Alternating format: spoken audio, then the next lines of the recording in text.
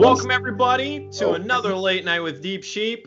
We got the three of us here. I'm Chris. I'm Spencer. I was like waiting for you two to fight over it, and Camden's like, I kind of zoned the fuck out because I realized that I've left a jar of weed in my webcam. I mean, hey, look, I don't care. Who fucking cares? Anyway, welcome to late night, everyone. Spencer, legal. What am I doing with that? Dude, I'm legal by the time this comes out.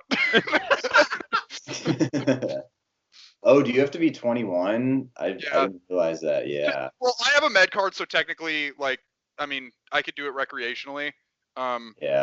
Anyway. Welcome to Late Night with Deep Sheep, where we talk about weed and the legality of it. Yes. First up on the list, catching some Z's. We're talking about short films that we've made together, and we're gonna talk more. Sorry to disappoint you all. Sorry to disappoint you all. We are not actually going to be catching some Z's on this podcast. We're just talking about short that we. Is that another phrase for the doobie? It's like, yo, let's catch some Z's together, dude. No, I don't. Yes. Not like that. My favorite like weed terminology thing is. Have you guys ever heard of what's called Wu-tanging a joint? No, like the Klan. Yes. No. I absolutely. Wu-tang. I'm not sure where or why or how this was kind of like created, but basically what you do when you Wu-tang a joint is you kill the entire joint, and right when it gets to the very end, you take the final puff and then you swallow the joint. Oh. And I've never done that, but that sounds there was another name very appealing. I don't know. Whatever. I don't give a fuck. I don't really. I mean, like either way, like it doesn't sound appealing. I just thought that the name was funny, and then also just like the idea of swallowing a joint, and everyone's like, yeah. Dude, bring the motherfucking ruckus, bro. Dude, fucking cash rules everything around me. Ghostface. Raekwon. RZA. What the fuck are we talking about? Okay, so they're members of the Wu-Tang Clan. Yep. Yes. Welcome to Late Night with Wu-Tang. Yes.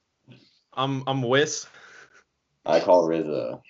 I'm definitely fucking Ghostface. All right, like. Oh, you guys actually know members of that. I was just going with the W thing, so you'd be Whammed and you'd be Wenser. Well, I mean, so I guess Chris, you and Camden would have to fight over because it'd be Krizza and Kamiza, like, because you have RZA, SZA. Well, SZA isn't part of Wu-Tang, but you have RZA. Oh, okay. What? I could just be Kizza. Yeah, you could be Kizza and then Krizza and Spizza. There we go. Yeah. I like that. Behind the scenes, Deep Sheep Shorts. There was one time we filmed a short. One time, actually many times. We're going to talk about one of those times right now. The specific one in my head that I'm talking about was just a one. Oh, okay. What's the one then? Wu-Tang. What?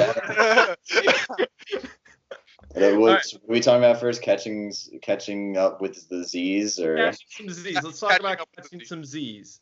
So we shot this during the winter trip of 2017, which was the first time that y'all met, which was fire.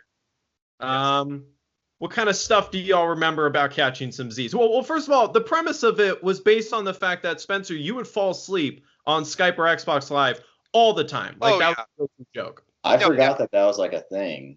Well, now, granted, we don't Skype nearly for as a elongated time as we used to.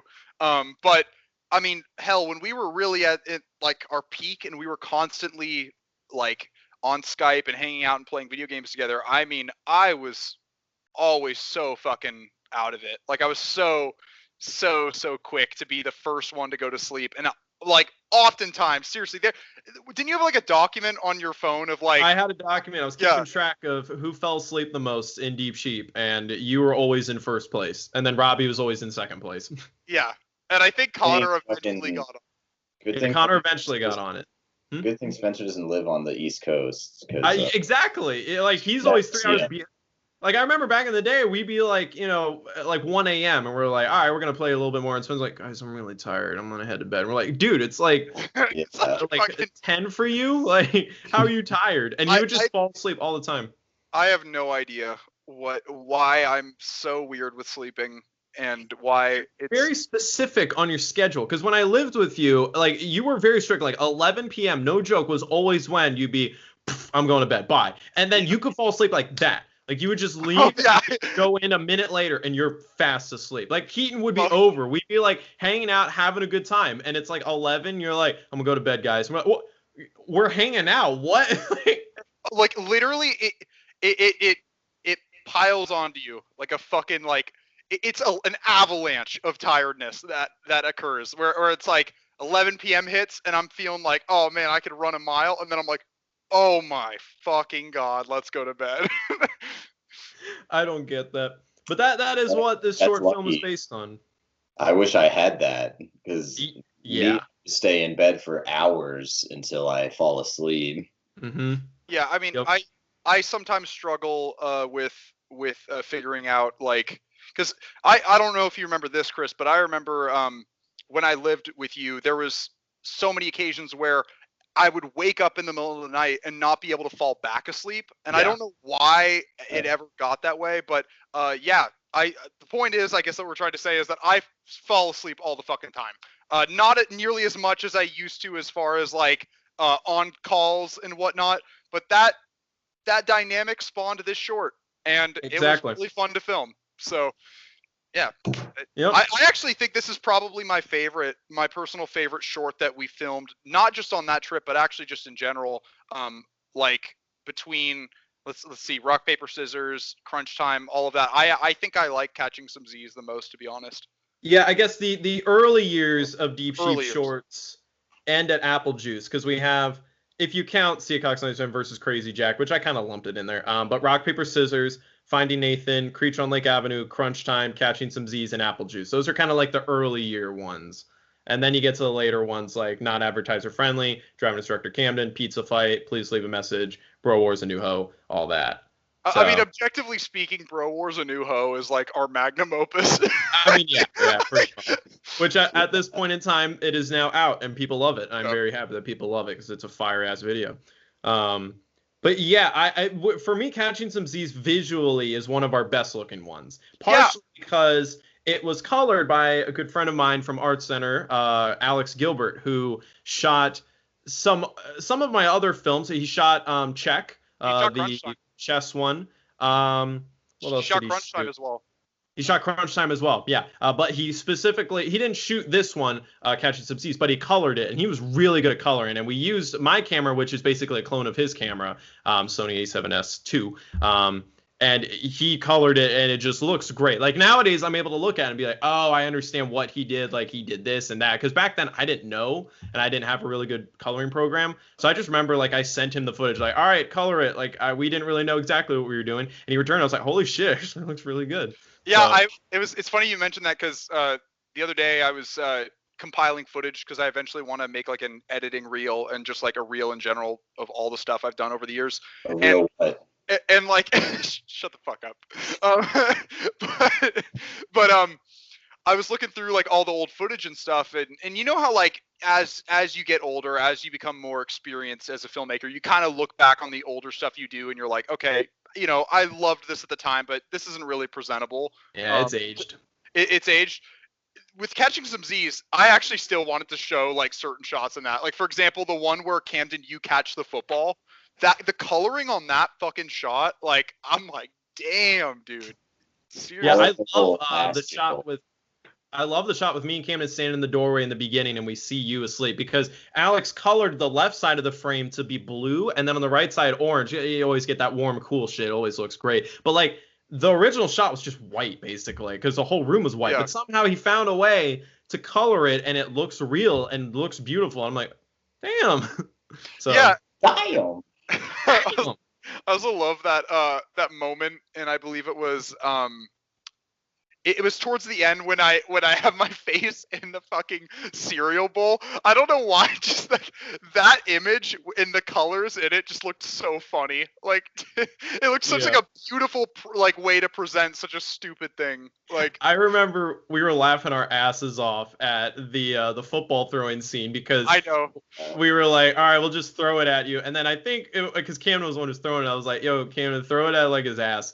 And it fucking has like a ripple effect. He nailed your ass and it bounced off of it and your ass jiggled. Like what's crazy too is I was like back then I was a skinny motherfucker. If you threw a football at my dump truck ass now, like it would be just a million views right there. Like and cake. Yeah, exactly.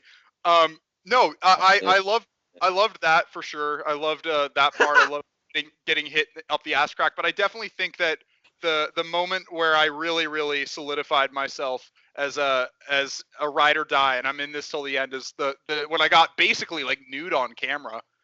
Well, yeah. So the shower scene, you were in your underwear, which like I remember, I was like, so okay, Spencer, are you comfortable with this? Like, I'm gonna look away or whatever the fuck, I'm not even gonna see it. And you're like, yep, you got it. And this was before we lived together, and everything changes after that.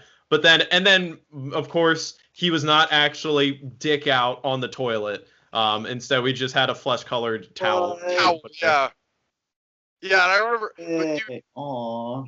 Yeah, it's like, god damn, I really wanted to see his. I was underage at the time, so. Yeah, you don't. Man, I really wanted to see his pixelated wiener. It's a fucking shame. I did not think about that. You were underage at the time, and we have a shot where it's like you're naked. I mean, like my dick isn't seen, so it's like. Your dick was never seen ever. It wasn't seen by the director. It wasn't seen by anybody. It wasn't even seen by me. You never saw your dick until you turned 18. You were like, I'm not gonna get caught. Yeah, exactly. I'm not none of that pedophilic shit. Yeah. I'm so not a pedophile. I haven't even looked at my dick until I turned 18. Yeah. It's like I was 18. I was like, damn, nice. I'm so straight. I'm so straight. I actually don't know what a penis looks like. Like I legitimately just don't know. My brain just tunes out cock all the time. Exactly. I waited to look at my penis till I was 18, so I saw 3 inches, and I was like, that's like normal, right? Yeah. And I found out it was way bigger than the average. I was like, whoa. Look at me fly. What was weird was that she was crying, but the way it looked like I was crying, which was weird. Which was weird. Yep. Oh yeah, so catching some Z's. Fucking. What else we got to talk about? Camden, do you remember any fun times from shooting that? Any stories? Yes, go ahead, Camden. I said Camden. I do have one quick thing, and I don't know if you were about to say it, Camden, but very funny detail about that shot where we were in the movie theater. You said something really fucking funny about that I still think about to this day sometimes, where it's like, we were talking about like the logistics of like, okay, is this even doable? Like we would love to get the shot of us in the movie theater together. To explain the backstory of that, Camden, do you remember the backstory of that? You can explain it. Getting the camera into the movie theater. Of us going in. Yeah. The movie theater. Mm-hmm. Well, was that when we saw Silence? It was. No, that was Hacksaw Ridge. I think we saw. Yeah, it was Hacksaw Ridge. Mm-hmm. But I don't know if you're trying to get me to say something, but the whole thing was that, like, how do we sneak the camera in? Because you were not allowed to bring the camera in. Yeah. It's like like nothing to see here, just a fucking bunch of people going in with a tripod and a really nice camera for a brand new movie, basically. Did we have a tripod? I guess we must have. No. I think we decided against it. Yeah. But I just remember being like, wrap the camera up in like a jacket and just like hold the jacket on the side, like oh, I'm just walking in with my jacket, and then so that's how we got the camera in there. Yeah, I think you held it because you had your jacket with you, and I was the one who gave him the tickets.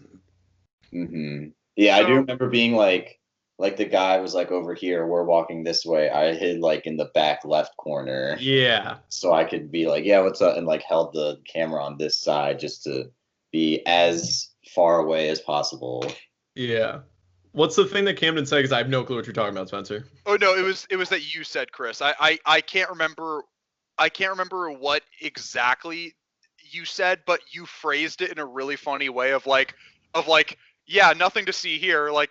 It's totally reasonable to just bring a fucking tripod and camera in, and I think about that sometimes. Oh, I think it was because Camden was carrying his jacket. Let me get my jacket. So. Run. I'm fucking running. So actually, this is the exact camera bag. So here, let's just act it out. So this is the camera bag. This was the camera that we used. So it was in here. So I think the way we did it. Yeah. It was sort of like this, and then Camden's just kind of like walking like this for some reason. It's like it could be a bomb. I think I said something like nothing to see here. I'm just carrying my jacket. Like, come on. It's hot outside. It's fucking California, bro. I'm a tourist. It literally could be a fucking bomb, and they would have no idea. Exactly. But yeah, and then once we got, and no one noticed a thing. And so then once we got into the theater, then we were just kind of sitting there, and a lot of people were coming in. I was like, shit, I was hoping no one would be here. And then so finally I was like, all right, you get there. Okay, and get the shot. Okay, and then sat back down, and that was it. No one cared. Yeah, I remember just being really awkward, like, we don't want to be doing this for long. Yeah. So that shot was a big deal. Which it just ends up being another shot in the film. But I just remember like the whole writing process of this was like, okay, what are all kinds of funny, ridiculous places where Spencer would fall asleep at? And we wanted to kind of step it up because we shot Apple Juice before this, which we'll talk about later on this podcast. And Apple Juice was just one location, like just the same shots over and over again. So with this one, we're like, we want things varied, different locations, different shots, all kinds of different situations. And so then it was like movie theater. That's like a classic place for people to fall asleep in. And we were thinking about that, like what are some classic places people fall asleep in? And then where are some places where people don't fall asleep in, like their head in their cereal and stuff. Or the shower. Yeah, or the park bench, which that one, I fucking love the park bench shot. Because like you have your hand down, like touching the ground, and I remember that did not look like clean at all. I mean, that honestly probably started the COVID outbreak. Was just me sitting there. Like 3 years later. 3 years later. There was a bit of a delayed effect on it. Yeah. Oh, and then the whole car shit, which was stressful AF. Oh, you're talking about when we planted your camera in your car, and then I didn't even have my fucking license at the time.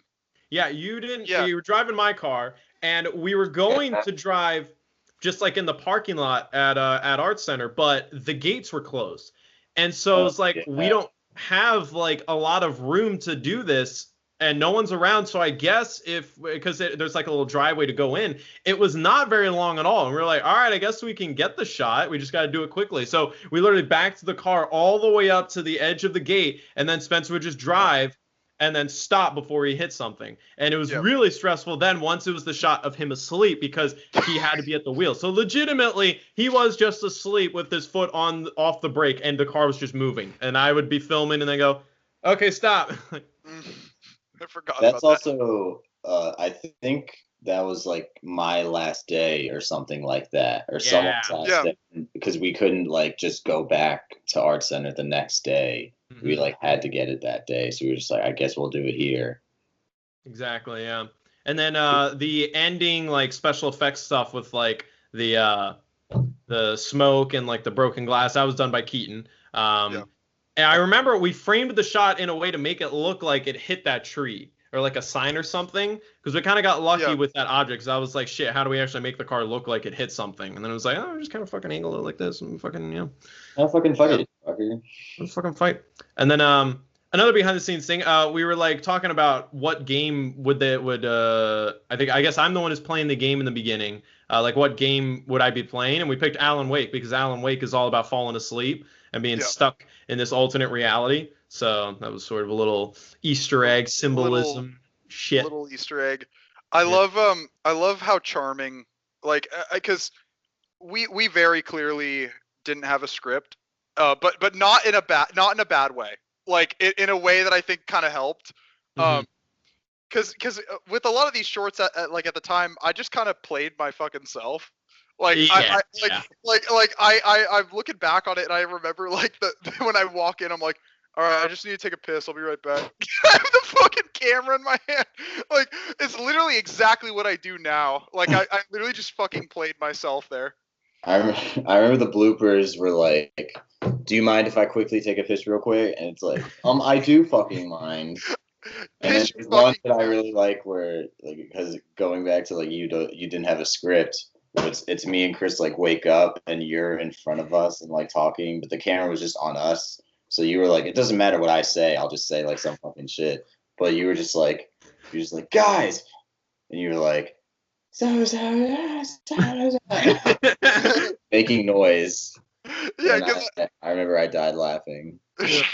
The funny detail with like, do you guys mind if I quickly take a piss? Like, he's so polite in real life. Whenever he orders food, it's always funny because he's like, oh yeah, could I please have this? Like, he just always is very polite. Like, if they say no, you can't. Like, I'm imagining he would say, oh, okay. Like, well, yeah. I mean, when like, I'm in a restaurant, I'm like, all right, I'll get this, and you're like, could I please get this, please? Well, yeah, I mean, like when it's with strangers, I have to be really nice. Like if it's with you guys, then I'll call you whatever the fuck I want to call you. You fuckers. Whatever the fuck I want. Take a piss. I will call you a fucking idiot. I will call you a dweeb. I might even, like, if I'm really, really, really mad at you, I might call you a dork. Oh, okay. Fucking got him. Fucking got him, Kevin. That's his name. From Ed, Ed and Eddie. What a fucking dude! We should do. They say that a lot in Ed, Ed and Eddie. They're like, "Fucking got him, Kevin." Oh no, it's Kevin's the bully, and he always calls the Ed boys dorks. Oh yeah. Right. That's the only place I know where that word is like popular. He just always calls them dorks. Yeah. Yeah, I feel like dork isn't really like if someone calls you a dork, you're kind of just like, okay. Yeah, that's insulting when you're like 6 years old. Yeah, I'm like, that doesn't like intimidate me at all. It reminds me of like when we were talking about the Norm gets mad at all the haters video, and the first thing he says is like, "You suck, dude. Sorry, I thought that okay." Like he like thinks about this guy said you suck, and it's like, first of all, like that's not even that fucking bad. Like, yeah. It's like, he's like was getting really mad. He was just like, I guess it's not that big a deal. And then he reads, pro tip, lose weight. What the fuck? That one is so condescending and fucking roasty. It's so mean. Like, he's so, like, this guy's always angry in every video complaining that people make fun of him. And so this guy's just like, okay, pro tip, lose weight. Then you won't be mad. And it's like, I imagine it as like, it's like some asshole is just like, hey, fat ass, pro tip, lose weight. Yeah, it's like a pro tip is something you're hoping is like, oh, I never thought of that. No one's ever told me that. He was saying that because he was mad. Pro tip, if you lose weight, you will be less mad. Yeah, if you lose weight, we won't make fun of you. Like, look, it's your fault. I mean, like, just fucking lose weight and we won't make fun of you. Like, it's not that hard, guys. It's like the most condescending comment. And it's even funnier when you think about the fact that video is what got him viral. So he probably had like 7 views on this video, and like some guy, like some fuckhead, like commented on it. Man, it's real easy being fat. You just make it. Back in the day. Yeah. Back in the day. Speaking of getting fat, apple juice. That was a grasp at straws, but I was gonna say, speaking of fat, Camden, what else you got? That'd be fucked. Yeah, if you did that, that'd be mean. Yeah, but good thing I didn't. I don't know about apple juice. Like, what happened? That was the first time I met Keaton, I guess. This is true. Yeah, that was the first time. I met Keaton. Yeah, was that the first time you met Keaton? I think I did. Yeah, I think that was the first time. Wow.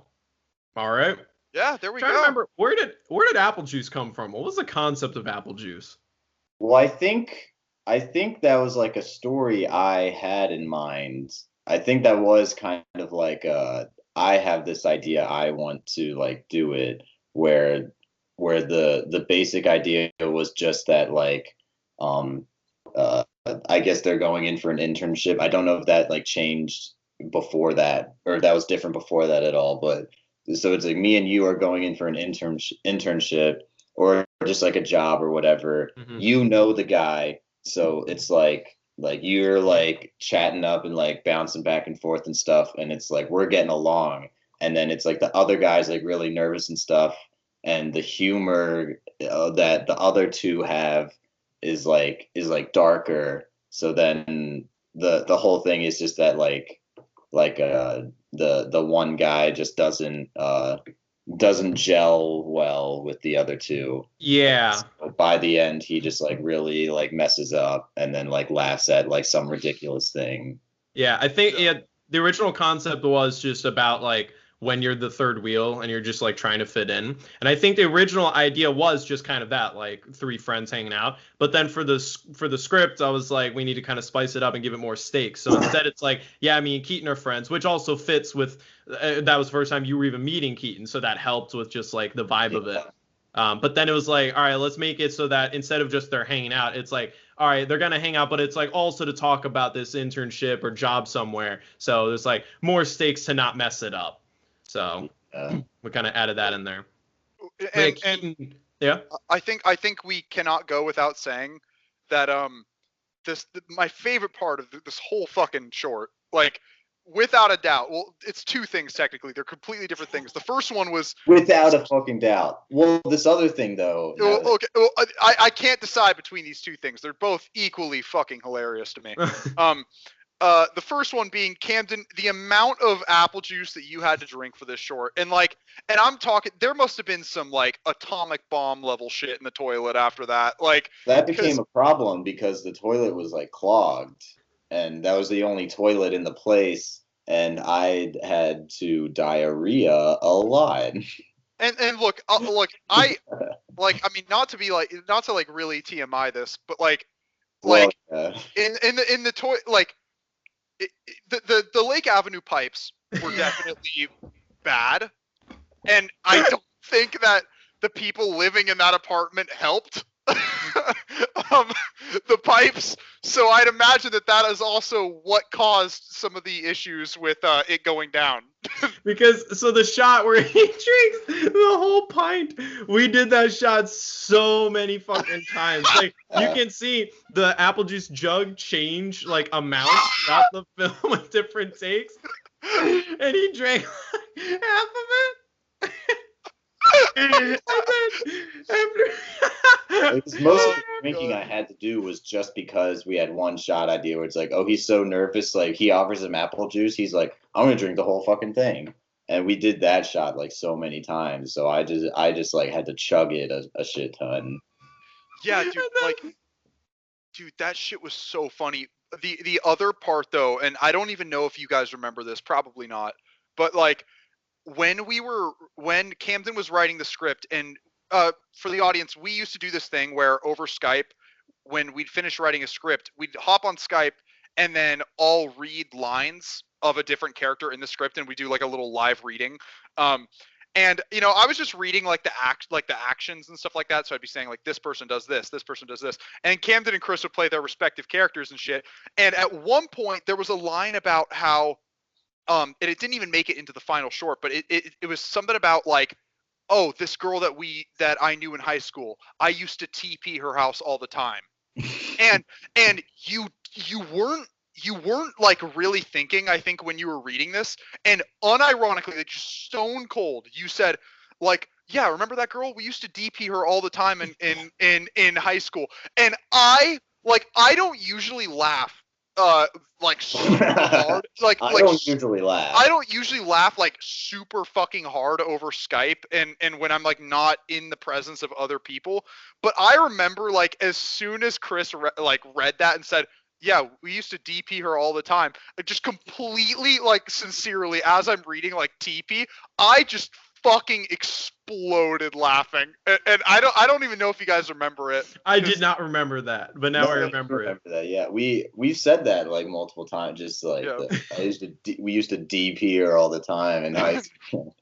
And it's just like it seemed like oddly fitting though for the scene because we were talking about they were talking about like dude, remember high school days, bro? It was wild.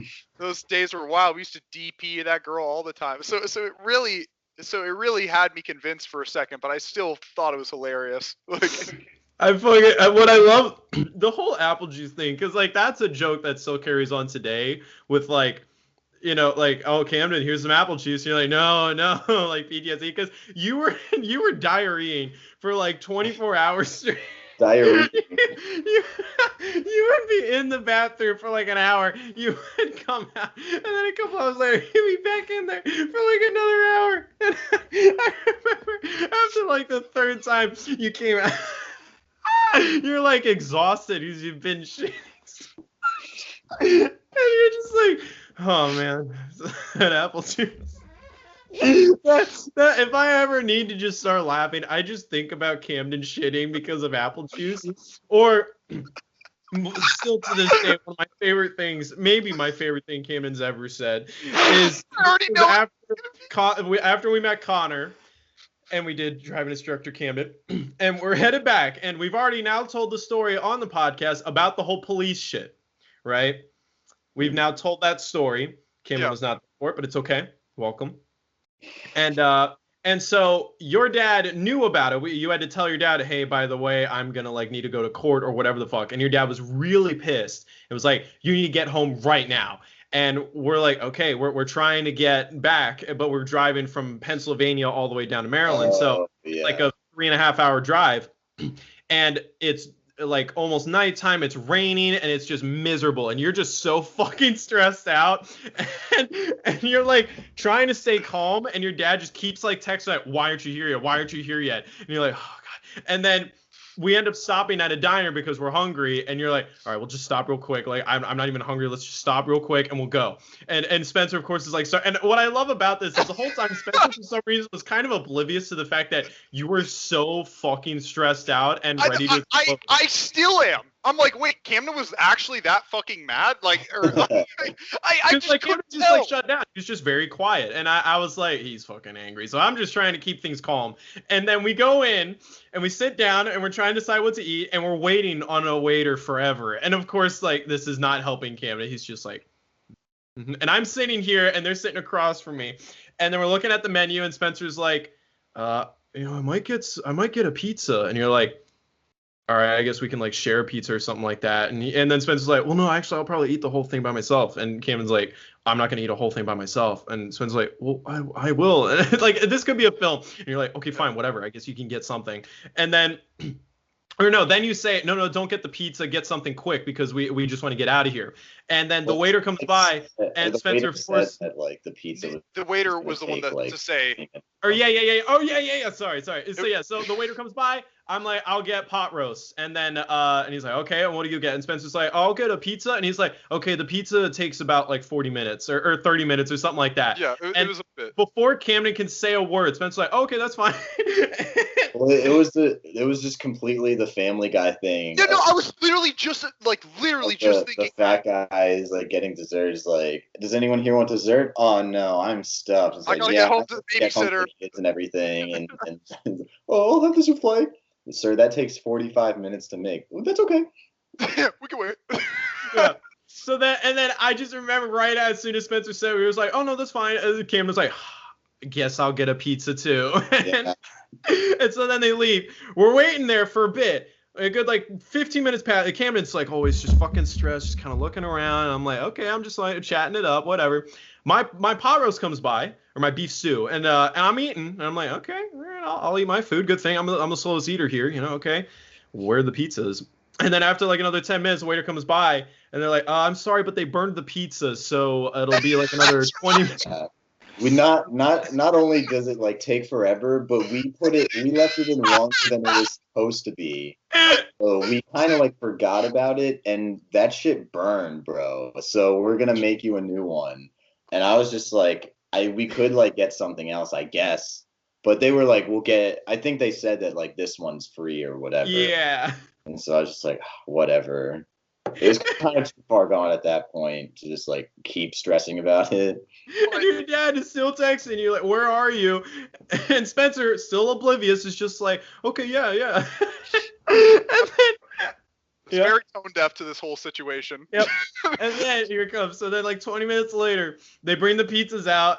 And I remember Spencer goes to take one bite. He's like, "Oh, geez, this is like really hot. They made this like fresh."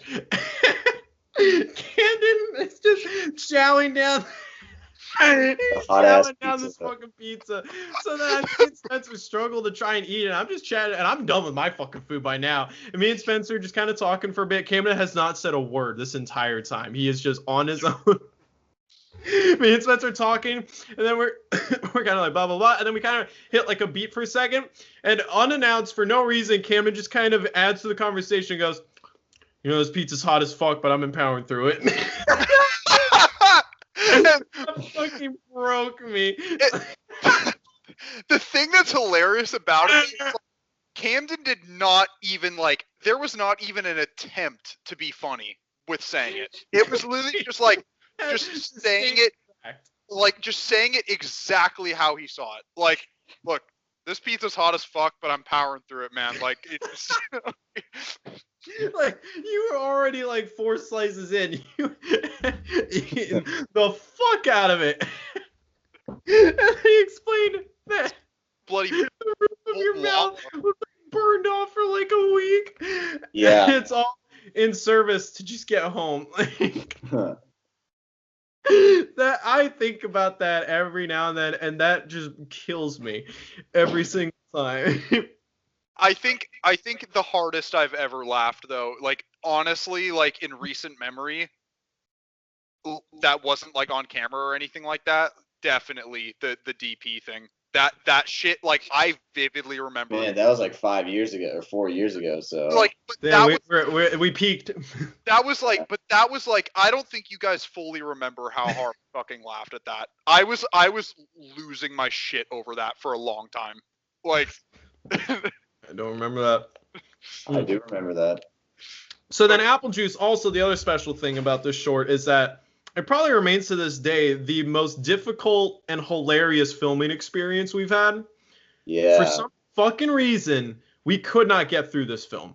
No. We just kept fucking up and kept laughing our asses off. There is a shot, that wide take, for like 20 minutes straight. It's just us trying to get through the scene, and we can't do it. And I'm trying to remember why exactly it was we couldn't get through it. There was a couple of things, and I remember one of them in particular really broke me. The first one that I can think of is just random bullshit would happen in between takes, whether it be flubbing a line or stuttering in a way that sounded funny. But the one that I really remember vividly that just always makes me laugh is that there's a part where Keaton is trying to be very like nonchalant about pouring the apple juice, but the jug is so fucking heavy. So he's like, yeah, so tell me about Deep Sheep. and like his hand like goes down so fast, and it just like, it like literally, it is about to overflow. And I'm just like, that was not smooth at all. And we all just broke. Like, so shit like that happened all the time while shooting that. Yeah. What was cool was that even though that was the first time you guys met Keaton, like immediately it was just like, oh, okay, it's just a bunch of bros. Yeah. We're just chilling. Yeah. Yeah, definitely. Just the 4 of us hanging out filming. Yeah, and I'm pretty sure, like, I don't know if we hung out after that, but like I know we played Mario Party with Keaton at one point. I'm wondering if it was during that day. Probably, yeah. Yeah, I have no idea. I remember that trip was not fun for Chris in terms of Mario Party, because I think it was that I won every single time we played. We played 4 times, and you won every single time. And every single time it came down to really close, and they would just give you another star at the end. Okay. And I was like... Now, to be fair, To be fair, to be fair about Mario Party is, can we like honestly say that Mario Party is like legitimately skill? It's like, yeah, there's definitely some skill involved in like the mini game aspect, but my fucking god, those stars and some of the bullshit, like it is just stupid. Like sometimes. Oh, like, you mean there's you said it's legitimate skill, and I was like, I thought you sounded like you were making a different point, but what, like Monopoly is legitimate skill? Well, I guess what I'm saying is like there's it's so fucking luck. It's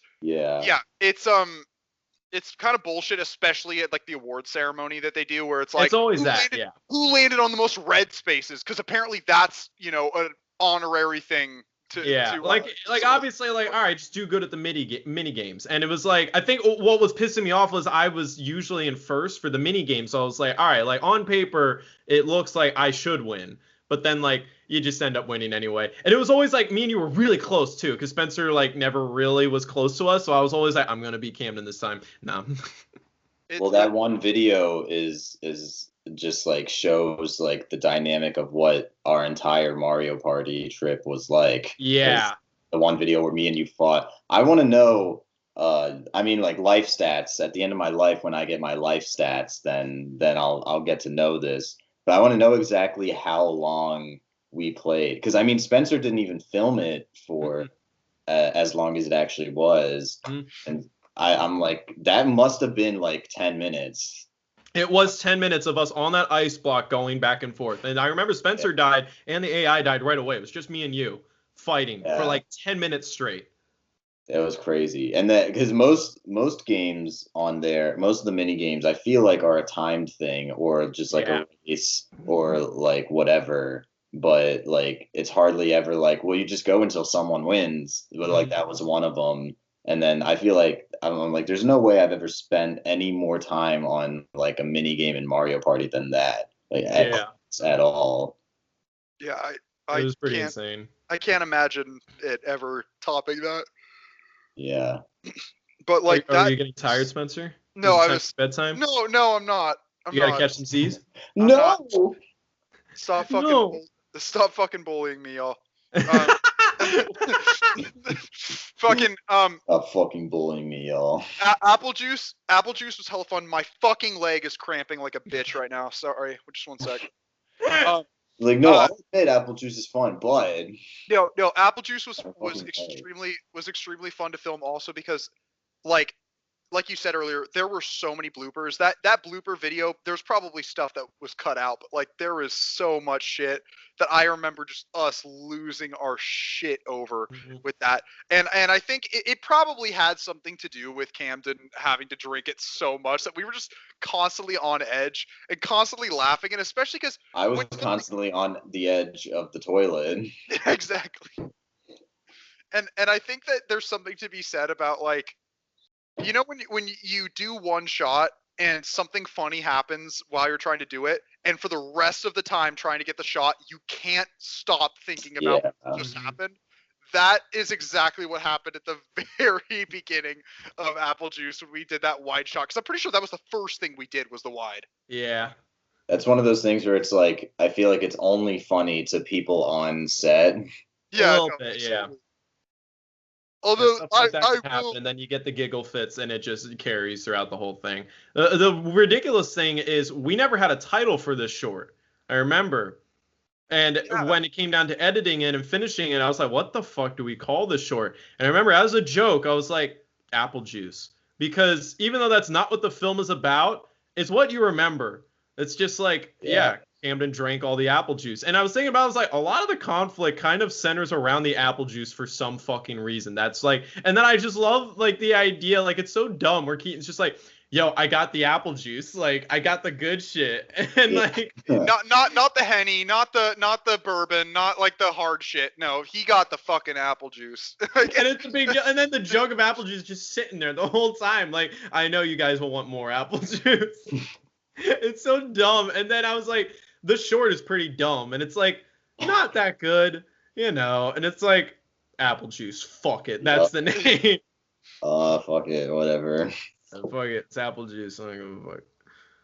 Yeah, that's like, apple juice. You do. Literally. Another short film that we filmed that I remember that I could not stop laughing throughout was Finding Nathan. Oh yeah. Now we shot this, I think shortly after, or no, wait. So this was technically this winter trip began end of 2016, went into 2017, and then me and you met Nathan in August of 2017. I think that's how the timeline matches up. That was after my senior, or yeah, no, I'm pretty sure it was 2016 summer. It's 2016. So yeah, August 2016, right? Yeah, Finding Because Nathan. I did find it weird. I was like, dang, I met like Nathan before I met like Spencer or Robbie or anything. Because like I'd known Spencer and Robbie like a lot longer on Xbox. Yeah. Yeah. We drove down to Virginia to meet Nathan, and I'm trying to remember how the short film idea came to be. Well, first of all, it was the joke that Nathan doesn't talk a lot, and he's just very stoic, so you can't really get a read on him. And we were thinking like, well, what if the joke is we don't know what he looks like, so we're trying to find him, and then we find him, and he just won't respond to us, so we're like thinking it might be him, and then that just became the film, and I think we improv'd pretty much all of it. Yeah, and I think there was kind of a unspoken rule in the group where when we meet in person, it's not an option, it's a requirement that we're shooting a short that they're gonna act in. Like, yeah, we got to get footage of us together. Yeah, we gotta get some piece of content out of it, and I think that even if it was only for like that afternoon, that's exactly what needed to be done. Yeah.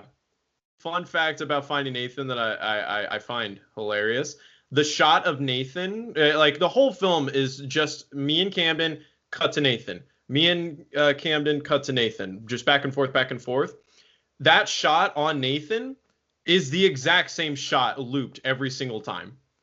I only got one shot of him standing there like that for like 4 seconds. For some reason, all the other times he's either like kind of smiling or laughing or whatever, and we were short on time. So I used the same 4 seconds every single time we cut to Nathan. And I love that. It just adds to it. It's like Michael Bay reusing the shot, the shots and Transformers. Yep. And I just remember also, it was it's weird how giggle fits happen on set, because every now and then it's usually if one person repeats a line one too many times in a certain way, it then for some reason becomes funny. Like we were shooting Keaton's short, fucking. We were on Rigged.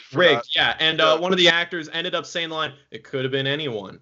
One too many times, and for some reason that became hilarious, and we all just couldn't stop laughing. And every time he went to say the line again, we would start laughing. On Finding Nathan, it was, well, what's your favorite food? That one, and then just the continuation of, I don't even know why I asked that. I don't even know his favorite food. Just that broke me every single time, because the idea of you asking him that and then realizing, I don't even know why I asked him that. I don't even know his favorite food. That just is so funny to me. And you delivered it perfectly every single time. I guess I had it easy because I was able to walk away. So if I was laughing at all, it wouldn't get caught. Either way, I don't think I ever laughed. So I don't think you did. It was just me. Maybe you should have walked away. I had to ask him another thing. And I feel like I've been kind of spoiled with the giggle fits on sets, because ever since the one that happened on Rigged, like nothing else compares. Like we did that take like I don't know how many times, but the thing that was funny about it is like our DP Jackson, who is also like worked on Penny. He was in the live stream, right, on your channel. He was in one of those at one point. Yeah. Fucking he's usually like pretty grounded and pretty serious because he works on shoots all the time, and even he was laughing his ass off at it. So like they happen and it's contagious. Yeah. Weird, because I've shot 3 of my other 3 roommates' capstones now, and on all of those sets, there were definitely times where like something else like cracked us up or whatever, but not like a line. I don't know why. Huh. It's usually lines. I'm trying to think of other lines that have broke me for some reason that I just can't get through. Mm-hmm. But yeah, it's just like it was always something else. Like we just like have like inside jokes now or whatever. But there's one thing we kept doing that like kept cracking all of us up is I think it's like a TikTok thing that's like where it came from. Is it's like a poem kind of. You say coochie blank, and then the two blanks are something that like go together, and then you say coochie blank, and then those two things go together, but also the first or the second and fourth one like rhyme. So if I were like coochie deep sheep, coochie crisp, coochie I don't know now. Coochie right or coochie Coochie fire. I was born as coochie sis. Oh, I see what you're saying. So it's just like a rhyme scheme type thing. Yeah, so that every time we were just like, okay, we need to calm down. We're gonna shoot this shot, and we do it, and then everyone, as soon as we're done, we're like, okay, I thought of one while we were. That's funny. That's funny. I love shit like that. There was probably other than like that whole like it could have been anybody thing. There was one shoot that I did last year. Where something really fucking hilarious happened with one of the actors in the short that we were shooting. This guy gets his like finger cut off by some serial killer and whatnot, and that's hilarious. And he's like screaming. He's like fucking screaming in pain while his torturer guy is doing it, and he's like, oh yeah, like you like that and stuff like that, or he doesn't say like that exactly, but he says something like, oh yeah, like this is what you've done this to yourself, and he goes, and it's supposed to be serious, he just goes, what if I want to tickle somebody? and the entire fucking room just lost it because it was so serious up until that point. He's just like looking him in the eye and goes, what if I want to fucking tickle somebody? So yeah, Finding Nathan was the OG in terms of like, oh my fucking god, I could not stop laughing while filming that. It was really just me and you riffing the whole time. Like the bloopers is just me and you improvising and telling a shitload of jokes just constantly. It was hilarious. Coochie silly, coochie tickle, coochie Rick Sanchez, coochie pickle. Yeah, see that we need more of that fucking energy up in here. Like, dude. What about Finding Nathan? What were you saying? No, I gotta think of one now. I mean, okay, first of all, it does seem like the short was because you guys were only there for like how many hours? Like a couple, like 3 hours, 4 hours, 5 hours. Finding Nathan, we were there for like an hour and a half. Yeah. Yeah. Or I guess we went to do the escape room with it. I was like, what did we do with Nathan? We did more than that. Yeah, we did escape room. We played Keep Talking Nobody Explodes. Yeah. Oh yeah, we played that a lot. Yeah. That was fun. Where did your parents go then? Did they just like drive around? I guess. It's a new town, you know. It's a new town. You gotta explore. Or they were hanging out with the people upstairs, something like that. I think so, yeah. Either one. And like, who was filming then? Right. Well, when we were filming, my dad was filming. Oh, okay. And when we were playing Keep Talking Nobody Explodes. Okay, we didn't film that. We were just playing. Yeah. Oh, there's also the part where you say like, now just tell me where you are before I beat your fucking dick off. That was because I think. What was funny about that one too is that was another one that like took too many times to do, and that was like way late into it as well. That wasn't just like the first one. That was like I was finally getting it. I said all the right things. The camera like looked good in it, and then I just completely ruined it because I wanted to. Not like I messed up accidentally. I just completely ruined it. I think I did. Man, did I lag out? Oh. No, you're good. No, you're good. You tell me where Nathan is, who Nathan or whatever Nathan is. You tell me, or I'm gonna beat your fucking dick off. The delivery of it always gets me because I'm not expecting it. Whenever I watch that bloopers video, I'm like, wait, he's killing it. What's he about to say? I'm gonna beat your fucking dick off. Chris, I did just remember. I know I'm jumping back, like way back to earlier in the podcast, but there was a really funny detail about crunch time that I just remembered. Mm-hmm. Do you remember when, right after we finished shooting, we played Rock Band.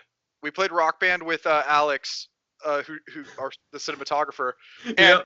and in Rock Band, I think he played drums. I think he played drums, and he was, getting, drums are hard. You never really played it before. Let's just say drums are difficult on Rock Yeah. Band. And I think he's also like a drummer in real life. Like he knows how to play the drums in real life. So that's why I was like, oh, you should be the drummer. And he's not getting it. And so he wasn't getting it. And it got to the point to where, like, if you miss a certain amount of notes in Rock Band, what happens is you kind of disappear. Like your game, like little. You like failed your performance. You failed your performance. People boo you off stage. But then the rest of us can keep playing. The rest of us keep playing, and then you can like save them, right? If you get like a certain combo, then But point is, he gets booed off stage, and he goes, "Oh fuck, I died." Yeah. He's just playing, desperately trying to keep up, then all of a sudden all disappears. And like, "Oh fuck, I died." Fuck, I died. Coochie drumming, Coochie rock band, Coochie puppet, Coochie sock man. Coochie. Fuck. Coochie shotgun, Coochie buck up, Coochie Camden, Coochie shut the fuck up. Oh, damn! That was so quick too. I had that planned previously. I was waiting for him to do another one. I gotta think of another one now. Well, I don't know if you can beat that. I mean, that was pretty fucking good. Like, legitimately, there really isn't, like, I guess a whole lot to cover with Finding Nathan. Finding Nathan, that's basically the story. Crunch Time, on the other hand, is another one based on Spencer, because not only was Spencer known for falling asleep all the time, but he was also known for crunching chips and shit into his microphone all the time. All the time on Skype, all right? I had the munchies a lot. Crunchy, Coochie Cheeto, Coochie President Powers, Coochie Veto. Oh! Yeah. Yeah. Yeah. That's what I'm fucking talking about, man. You gotta. That's distracting me. I'm just thinking of more of those. I can't cave into it. I'm not even gonna try. Because it's all we're gonna be doing, and the audience is gonna unsubscribe immediately. No, so crunch time. Oh yeah, crunch time. Coochie time. Exactly. Crunch time. Crunch time was fantastic. All right, this one we actually did write a script for. This is I thought, just that the idea of trying to record something, like, you have something that you have to do, and I can't fucking, like, you can't even do it because I'm chewing so loud. I thought that was funny, and it kind of, like, I like that the double meaning with the title, where it's crunch time as in crunching food, but then crunch time as in I need to get my work done. Mm-hmm. And that's just that was like, if we had to make like top 5 Deep Sheep like titles, like that's up there. I'm proud to say I came up with that one. Although it was that one, I feel like I've always been kind of good at giving things titles and giving things like weird and kind of wacky titles. You connect stuff a lot. I think I created Catching Some Z's too, the title for that. You had that. You had Training Wheel. What the fuck happened to my voice there? I turned into Kermit the Frog. What the fuck? Coochie Training Wheels, sir. Coochie Green, Coochie Kermit, Coochie Crab, Coochie Hermit. Stop. But yeah, let's see. We had. But yeah, crunch time, because then also we were trying to figure out how to escalate the joke of like I would say stop doing this thing, so then Spencer would like technically be following the rules and instead be doing something else. And we were trying to figure out different ways to do. Oh, I remember, this fucking broke me. Watching the shot of you eat that brownie was so fucking hilarious to me, because you made love to that brownie. I committed like oral sex on that brownie. Or like, so I remember I directed you. I was like, eat that brownie as loudly and passionately as you possibly can. And you're just, mm, oh, oh, you do this weird. Coochie brownie, coochie oral, coochie patterns, coochie floral. I mean, it's like I'm impressed, but like I'm fucking annoyed. Coochie like- bunny, coochie hop, coochie Camden, coochie stop.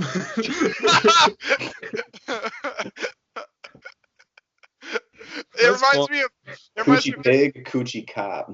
There was a phase that Chris and I went through when we were living with each other where we just would constantly try and do like the roses are red rhyme scheme, where we would say things like, shit, I'm trying to like think of some of the ones that like I can like actually say. Yeah, I can't think of any that I came up with that are.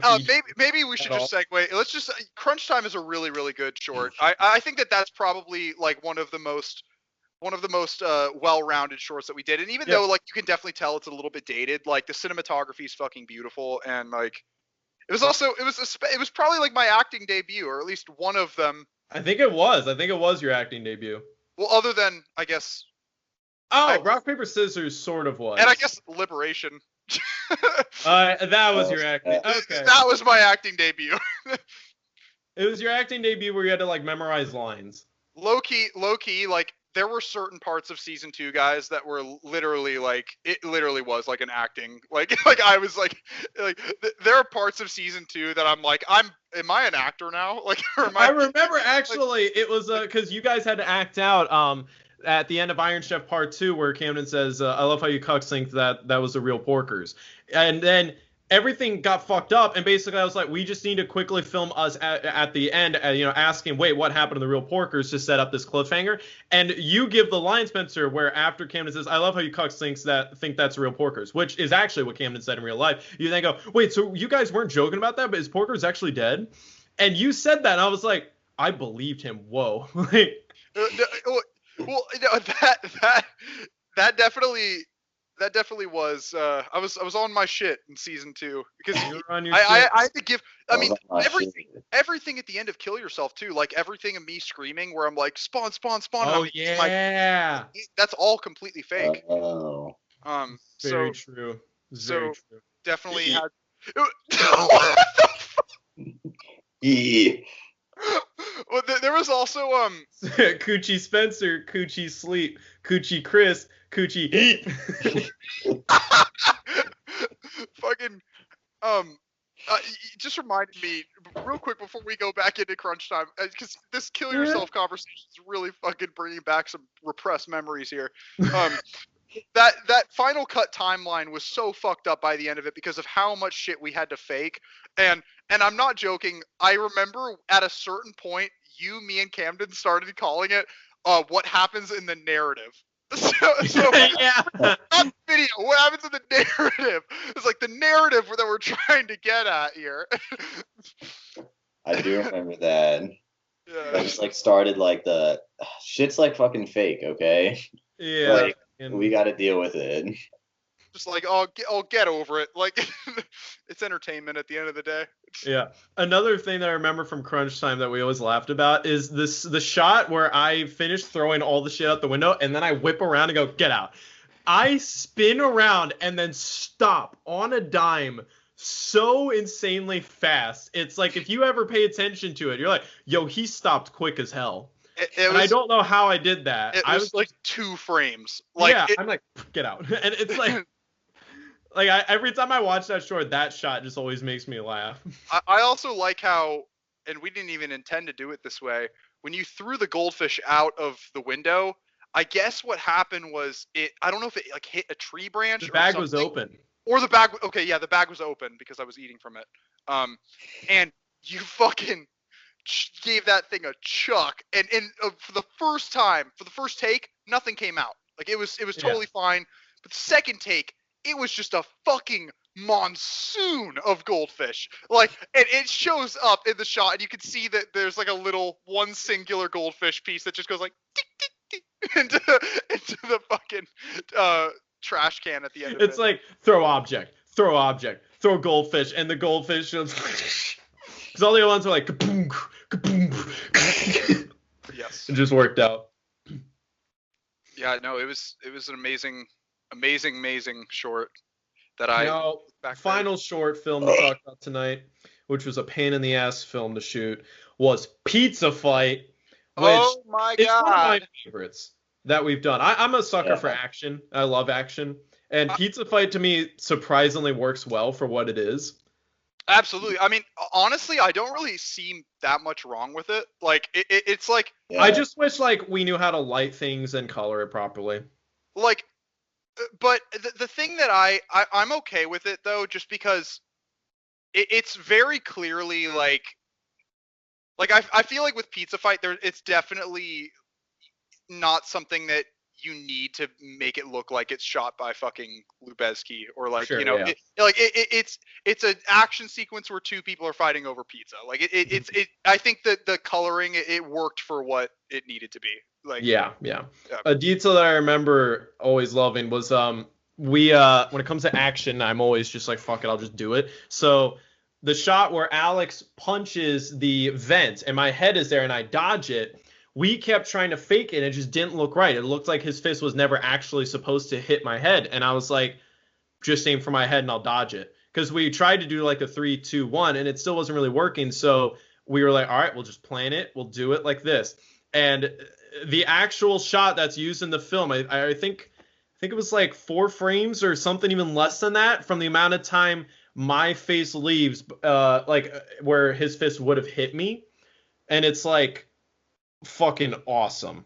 Like, I just love that shot every single time because I legit dodged the shit out of that fist. And he went full force. Like, there was no holding back. At first, it was like, do slow-mo and then we'll speed it up. And it just looked bad. So I was like, just punch the fuck out of the vent. And I remember the vent then, because he had blood on his hands, the vent had, like, fake blood marks on it. And that stayed for the rest of the time I lived there. Wait, really? Yeah. I can't remember if I because I cleaned out Lake Avenue right before we moved out. Mm-hmm. And literally, like, I don't even want to think about the amount of work I did. There were some serious crimes against humanity in that toilet. Like, and not even like this was like years of pain that was in that toilet bowl that I had painful pain. Yeah, a lot of apple juice. It was some pretty nasty shit. Chris, did you ever puke in that toilet? Probably. No way. Probably, yeah. I can't think. Dude, I haven't fucking puked since I was like, I shit you not, like 8 years old. How? Really? Yeah, no, seriously. I guess I just have a strong stomach. I don't. I have a weak stomach, which is why I probably puke at least once a year. And that was before I started drinking alcohol. I thought that the I don't know if I'm supposed to say it. I don't give a fuck. I don't know if the Ralph's. I thought the Ralph's thing was like it was going both ways. Oh, that's right. I forgot about that. We'll just leave that forever an anomaly. Okay. Was that the only time ever that since you were like 8? Yeah. Dang, that's fucking crazy. Hopefully, yeah. So what a fucking return to form, huh? Well, it was built up, so. Yes, definitely. And I mean, look, it's. You look so mad. It was. I'm getting anxious because I'm reliving these memories. Now for real, like, I loved shooting Crunch Time and Catching Some Z's, and then with Pizza Fight, I feel like, you know, the job was definitely harder, and like I think also this is by far the most exhausted I've ever been after shooting anything. Oh yeah, we were fucking so tired.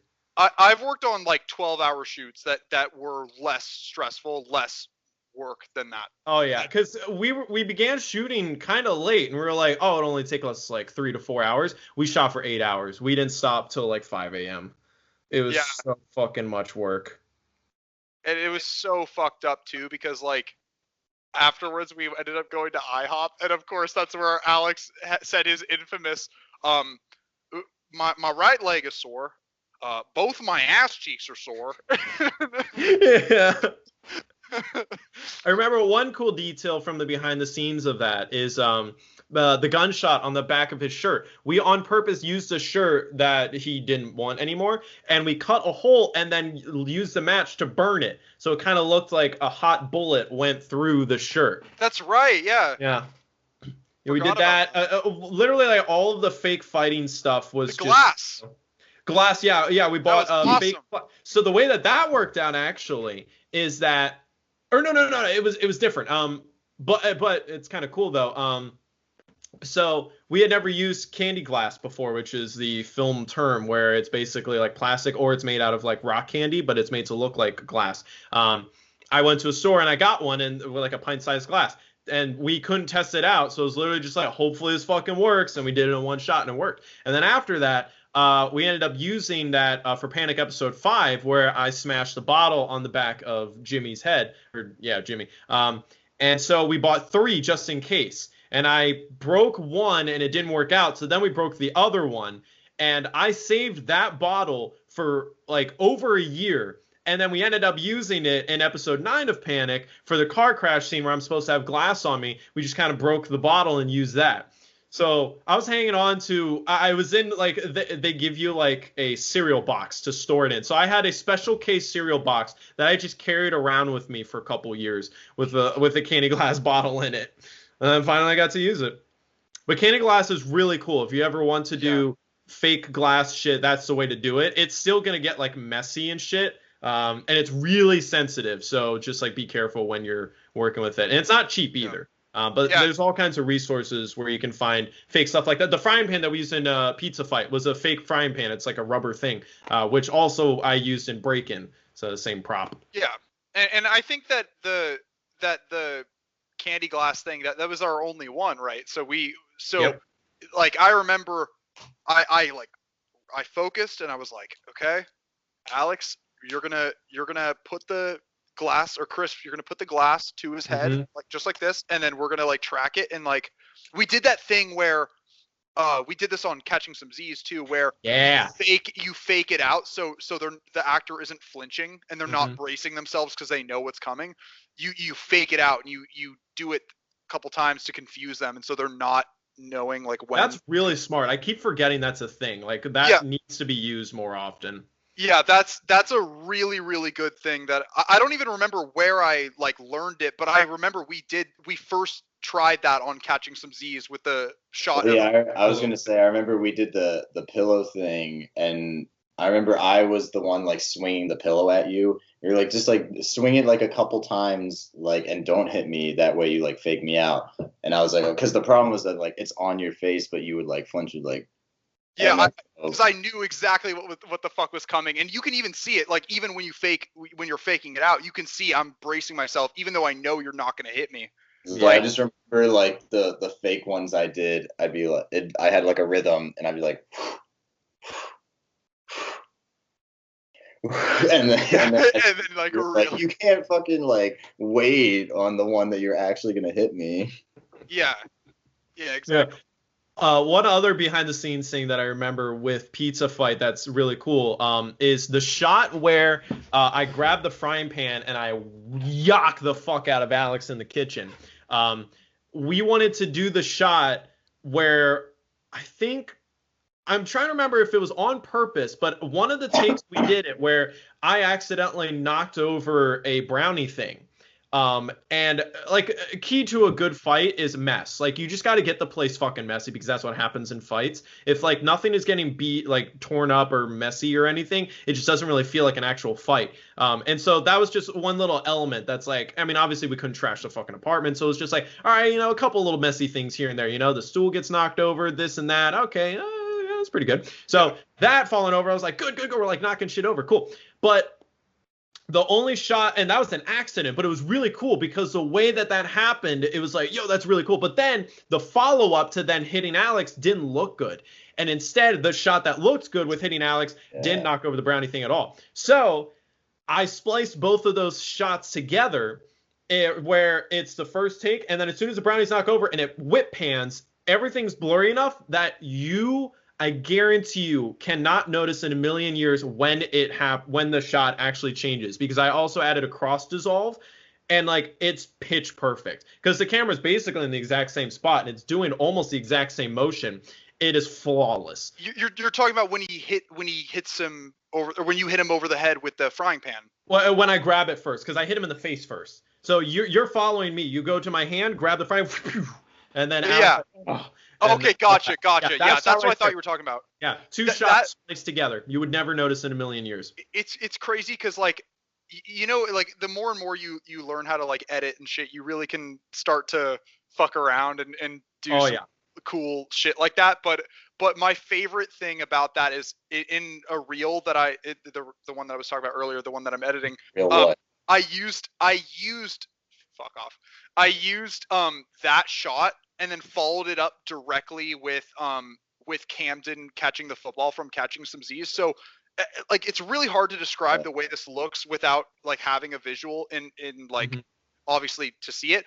But like the way it's cut, you grab the frying pan and then hit Alex, but your hand is at a certain point on the screen where I was able to match cut it with Camden catching the football, and it looked so sick. Like, I want to see that. That seems cool. Like that. I made like a reel for like my group at school, and then there's a couple things that I did that were like that, but the one I can remember is like there's like a low angle shot of like my friend Kayla, and it's like a zombie thing, and so like she's like helping people out, so she like throws a gun, and then it match cuts to this other short we did where there's a cut where it's like looking at the ground and a baseball bat falls on the ground and then like looks up at people, so it looked like she like threw that. It was cool. Yeah. It's kind of crazy when you like really get into editing, where it's like, holy shit, I can like do anything sort of. Like I can fake a lot of shit. Editor. Yeah. Like, it's like I fucking love like how much also it's evolved over the years. Like to think that like the computer in general like completely changed the way people edit. My new favorite program that I've been working with at work is Lightroom. Oh my god! Program makes me fucking nut. It's so intuitive. Like I didn't even know what the fuck I was doing, but as soon as I started using it, I was like, wait, I get this. I know how to do it. And it's like I can do insane fucking shit in it. It's insane. I mean, I edited all of my aesthetics photos in there. I did like it is fucking awesome. The entire Adobe Creative Suite, props to them. They're crazy. But man, it's crazy. And then also, did you guys hear about that whole it's always Tom Cruise that we end up talking about, but the deep fake Tom Cruise video? I heard about that. I didn't watch it though. I know what you're talking scary. About. Oh, where it's like, yeah, I do know what you're talking about, where it's like a whole guy, like not like just his face. And he's like, "What's up, TikTok? I'm gonna be golfing here." So yeah, I could tell he was having fun with it because he's like, it's magic. He's like being like crazy Tom Cruise, but like Spencer, the video, it's like scary how real it is. Like deep fakes are getting scary. It's like the thing that's really fucked up about it is that there currently are no laws against deep fake technology. Yeah. And okay, like this could literally spiral. This could be an entire podcast of content that this conversation could take us to, but like we're eventually going to get to a point where we're not going to be able to believe anything we see. It is going to be a complete war on our minds of like what the fuck. Like we are living in unprecedented times right now because of what we have access to, and I have no idea where we're headed. But pray for us. We don't know what's coming to us. Yep. And on that note. Goodbye. No, we are not ending on that note. Could we at least end with like a joke or something? Wait. I was trying to think of one. Okay. Alex's face, this frying pan is yawking. That's it for this video. Thanks for watching. Perfect. I was trying to think what word rhymes with watching other than botching. I could not think of one. Like Crotch. actually rhymes with the ch. Well, I've also learned this, that most things are just slant rhymes. I used to be like, because I used to think that like, dude, Eminem is the king of slant rhymes. You know, he'll rhyme orange with anything, and then like the more stuff I listened to, I was just like, that's like most rapping. Yeah, That's like no, most rhymes are dude, just slant rhymes. when you get into MF Doom, man, oh my god, like that guy knows his shit. Mm-hmm.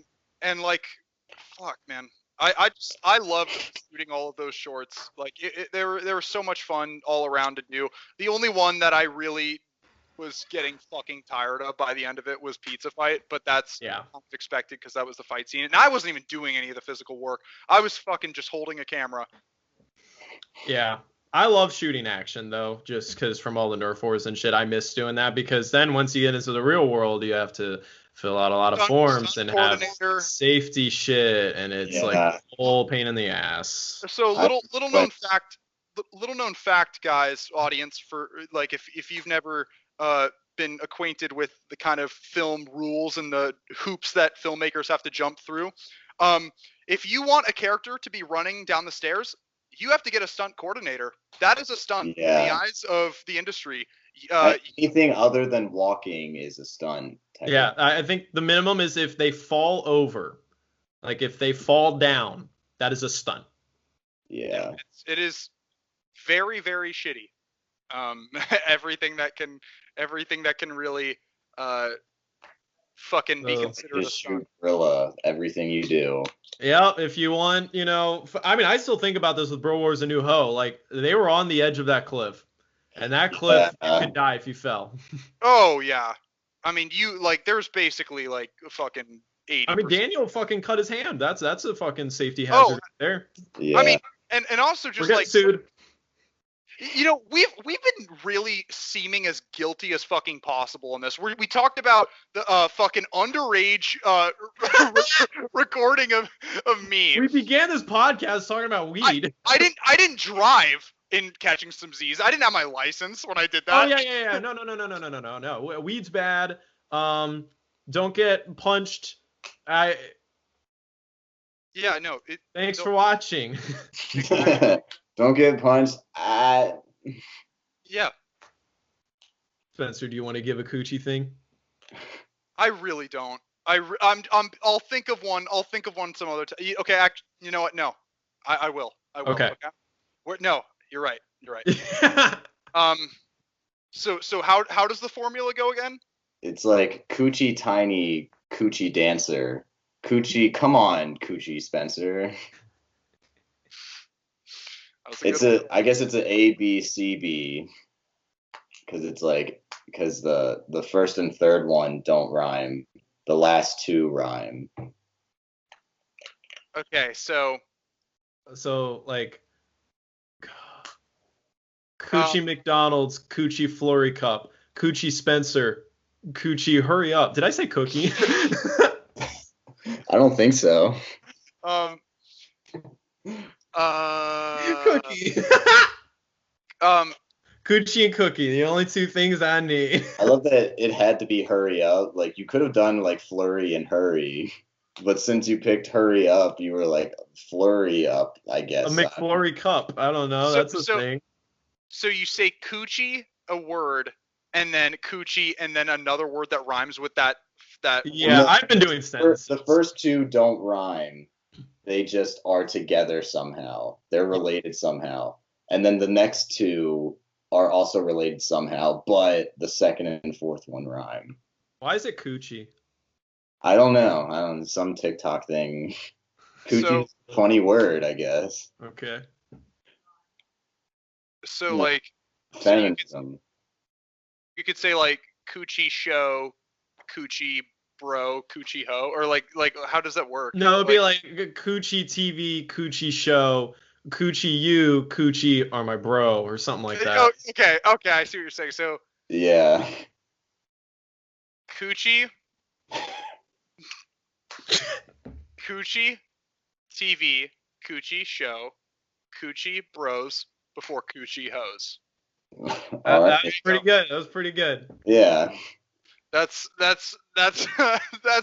my final statement for tonight, y'all. Okay. And on that note, thank you for watching. Post comments below of more topic ideas you would like for us to discuss on this podcast. In terms of our short films, we've pretty much exhausted all of them, I guess. Yeah. And yeah, if you want more coochie rhymes, post comments of your coochie rhymes that you can think of. Yeah. Should we just do a podcast of just our fucking coochie ideas? I'll just name it a coochie late, coochie night. Coochie pizza, coochie fight. Man, we really need to end this. Alright, that's it. Thanks for watching, everybody. Bye-bye. Everyone, bye. Bye-bye.